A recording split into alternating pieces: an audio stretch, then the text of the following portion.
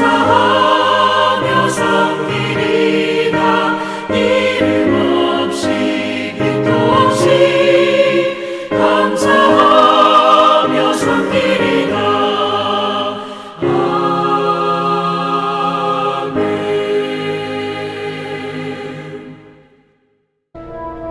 대제사장과 그와 함께 있는 사람, 즉 사두개인의 당파가 다 마음에 시기가 가득하여 일어나서 사도들을 잡아다가 옥에 가두었더니 주의 사자가 밤에 옥문을 열고 끌어내어 이르되, 가서 성전에 서서 이 생명의 말씀을 다 백성에게 말하라.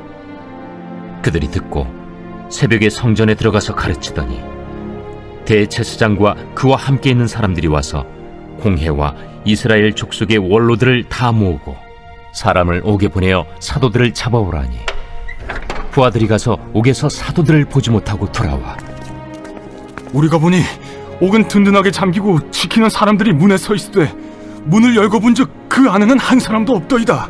성전 맡은 자와 제사장들이 이 말을 듣고 의혹하여 이 일이 어찌 될까 하더니 사람이 와서 알리되, 보소서, 옥에 가두었던 사람들이 성전에 서서 백성을 가르치더이다. 성전 맡은 자가 부하들과 같이 가서 그들을 잡아왔으나 강제로 못함은 백성들이 돌로 칠까 두려워함이더라.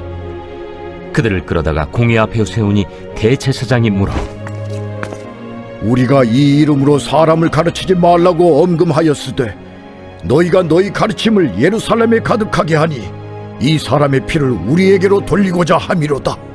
베드로와 사도들이 대답하여, 사람보다 하나님께 순종하는 것이 마땅하니라. 너희가 나무에 달아 죽인 예수를 우리 조상의 하나님이 살리시고 이스라엘에게 회개함과 죄사함을 주시려고 그를 오른손으로 높이사 임금과 구주로 삼으셨느니라.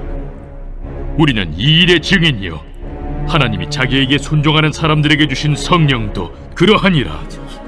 사람의 마음을 괴롭게 하는 것 중에 시기, 질투라는 감정이 있습니다. 이 감정은 남이 잘 되는 것을 셈하게 합니다.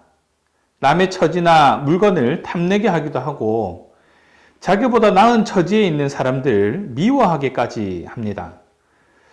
외모, 학벌, 그리고 돈, 직업, 능력 등이 자신보다 더 좋을 때 그 상대를 향해 부러움을 넘어서 심기불편해지고 싫어지는 마음을 들게 하기도 합니다. 또 이런 마음도 있습니다. 내가 좋아하는 사람이 다른 사람을 좋아하거나 아니면 다른 곳에 더 많은 애정을 준다면 그 불편한 마음에 침묵하거나 잔소리를 하게 됩니다. 또 다른 사람이 잘 되거나 좋은 처지를 괜히 미워하고 깎아내리는 것으로 표현하기도 합니다. 이런 감정은 자신이 가치 있게 생각하는 것을 잃을까 봐 두려워하면서 불안해하는 그런 부정적인 사고에서 비롯됩니다. 다른 사람이 지닌 물건과 능력, 그리고 외모 등을 견주고 상대가 자신보다 우월하다고 느껴지면 상대적으로 자신을 초라하게 여기면서 나는 왜 저 사람과 다른가? 나는 뭘 잘못해서 처지가 이런가?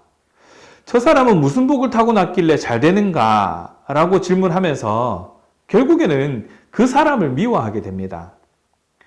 비단 특정인에게만 있는 감정이 아닙니다. 사람이면 누구나 본능적으로 자신을 옹호하고 보호하기 위해서 작동하는 그런 감정입니다. 시기하고 질투한다고 해서 다 죄가 되는 것은 아닙니다. 다만 그 감정에서 벗어나지 못하고 잘못된 행동을 이어갈 때 죄로 연결되기 쉽습니다. 내가 선택할 수 없는 불공평에 대해서 의문과 반기를 들어봐야 무슨 소용이 있겠습니까? 자신을 직시하고 시기질투하는 불편한 마음을 떨어내는 것이 더 긍정적인 모습이지 않겠습니까? 본문에는 제자들의 모습과 대제사장 무리들의 모습이 대조적으로 그려져 있습니다. 대제사장들과 그와 함께 있는 사람들, 즉 사두개인의 당파가 다 마음에 시기가 가득하여서 사도들을 잡아다가 옥에 가두었다라고 얘기를 하고 있죠.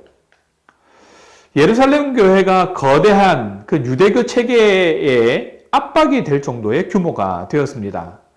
신자들은 모두 마음을 같이 하여서 솔로몬의 행각에 모였습니다. 거기서 공식적으로 모여서 사도들의 가르침을 받고 아마 교제를 했을 것입니다. 모인 사람들은 사도들을 높였고 칭찬하며 존경했습니다. 단지 아나니아와 삽비라 사건 때문에 생긴 그런 두려움 때문만은 아니었습니다. 인간은 자신의 죄를 쉽게 버리지 못하기 때문입니다. 그래서 탐욕이나 명예를 따르고자 하는 것이지요. 거룩하고 성결하게 살아가는 것이 당연하지만 물론 한두 번은 그럴 수 있어도 일상생활 속에서 계속 유지하려면 거부감이 드는 것이 당연할 수 있습니다. 그런데 자기 민족 중에 이상한 무리가 나타난 것이지요. 대제사장들과 사두개인 당파는 소위 백성의 지도자라고 하는 사람들입니다. 이들은 진리에 따라 살고 움직여야 하는 그런 이들이었습니다. 그런데 이들은 그 진리를 따라 움직이는 것이 아니라 진리를 따라 사는 사람들에 대한 시기로 움직였습니다. 시기심은 누구에게나 조금씩 있습니다. 아무리 믿음이 좋은 사람이라 할지라도 누군가를 부러워하거나 시기할 수 있습니다.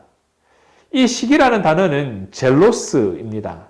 이 단어는 열정이라는 뜻도 있습니다. 그래서 누군가를 부러워하거나 시기하면 대개 두 가지 반응을 나타내는데 그중 하나는 부러워하는 마음 때문에 자신도 더 열심을 내는 경우가 있습니다. 그 열심은 자극제가 되어서 발전하게 하고 성장하게 합니다. 고린도후서 9장 1절에서 2절에 보면 이런 구절이 나옵니다. 성도를 섬기는 일에 대하여는 내가 너희에게 쓸 필요가 없나니 이는 내가 너희의 원함을 알미라. 내가 너희를 위하여 마게도냐인들에게 아가야에서는 1년 전부터 준비하였다는 것을 자랑하였는데 과연 너희의 열심이 퍽 많은 사람들을 분별하게 하였느니라. 성도를 섬기는 일을 고린도 교회 성도들이 어떤 열심과 열정을 가지고 있는지 이 마게도냐 지역에 바울은 자랑하고 다녔습니다. 여기서 성도를 섬기는 일이란 재정적으로 열악한 예루살렘 교회를 위한 연보를 모금하는 일을 말합니다. 그런데 고린도 교회 성도들의 열심에 자극을 받아서 아가야에서는 무려 1년 전부터 이 연보를 보낼 준비를 했을 정도라는 것이죠. 연약한 교회를 돕고자 하는 고린도 교회 성도들의 열정이 다른 지역에 있는 성도들의 열심을 이끌어낸 까닭이었습니다. 고린도 교회 성도들의 열정을 의미하는 단어가 바로 젤로스입니다. 이렇게 시기하고 부러워하는 마음은 자극제가 되어서 부러워하는 그것을 더 열심히 하도록 부추깁니다. 그런데 시기하고 부러워하는 마음의 또 다른 표현이 바로 폭력이라는 것입니다. 본문의 대제사장 무리들이 그러했습니다.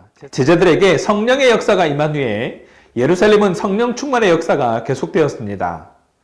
베드로의 설교를 통해서 수많은 사람들이 세례를 받았고 자원하여 자신의 재산과 소유를 팔아서 가난한 이들을 도와주려는 손길이 줄을 이었고 또 사도들이 가는 곳마다 표적과 기사가 나타나고 당시 각종 질병에 시달리던 수많은 병자들, 귀신 들린 사람들이 나와서 나음을 입기도 했습니다.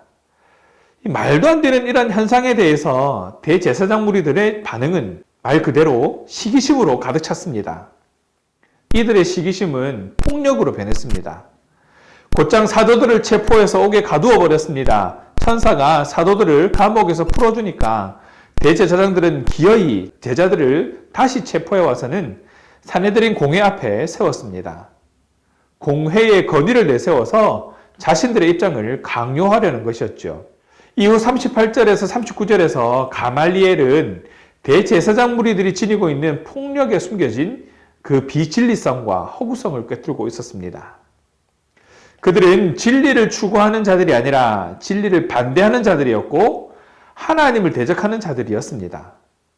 대제사장 무리들은 자신들이 하나님을 대적한다는 소리를 듣기 싫었습니다. 왜냐하면 그들에게 하나님은 자신들이 믿는 신앙의 대상이 아니라 자신들의 세력과 기득권을 지켜주는 허울에 불과했기 때문입니다. 베드로와 사도들은 자신들에 대한 시기심을 폭력적으로 표출하는 대제사장 무리들의 협박에 굴하지 않고 이렇게 대답합니다. 사람보다 하나님께 순종하는 것이 마땅하니라. 너희가 나무에 달아 죽인 예수를 우리 조상의 하나님이 살리시고 이스라엘에게 회개함과 죄사함을 주시려고 그를 오른손으로 높이사 임금과 구주로 삼으셨느니라.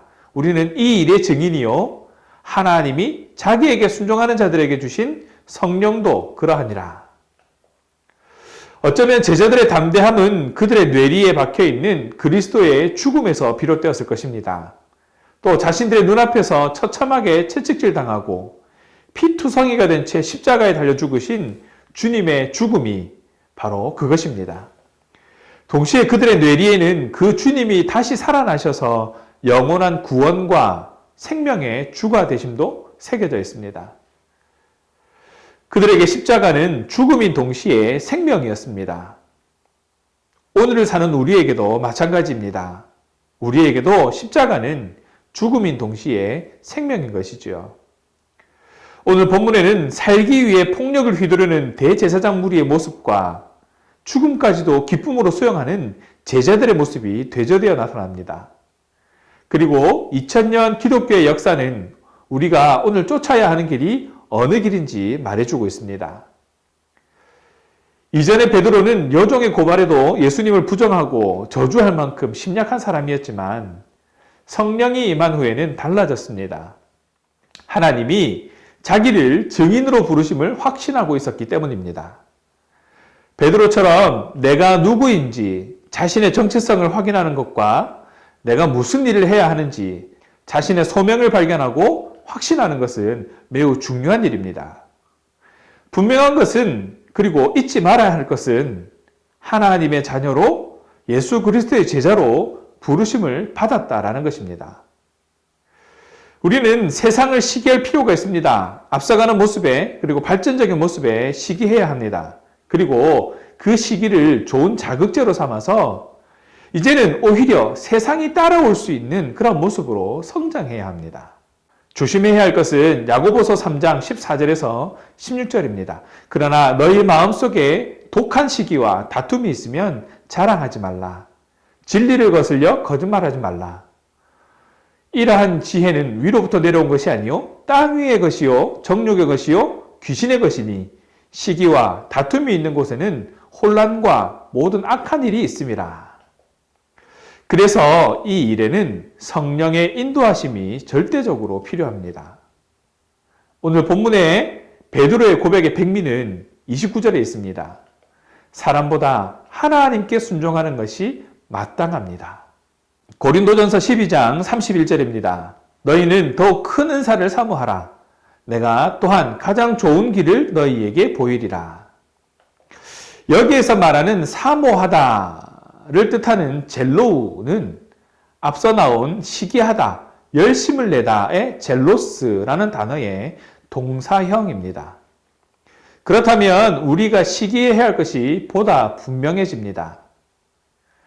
시기와 질투로 우리의 열심을 끊어낼 수 있는 성도가 되시기 바랍니다.